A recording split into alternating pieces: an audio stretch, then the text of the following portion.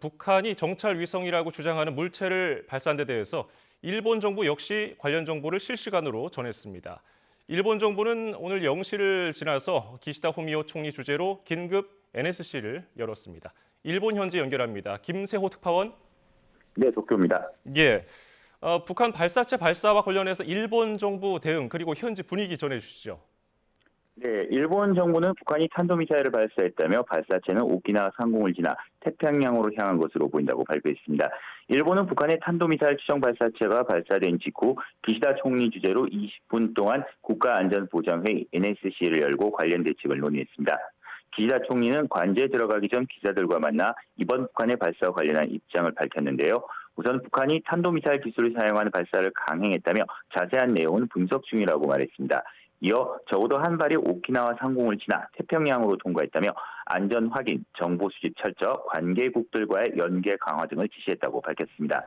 그러면서 북한이 쏜 발사체가 인공위성이라고 해도 탄도미사일 기술을 사용한 발사는 안보리 위반이라고 말했습니다.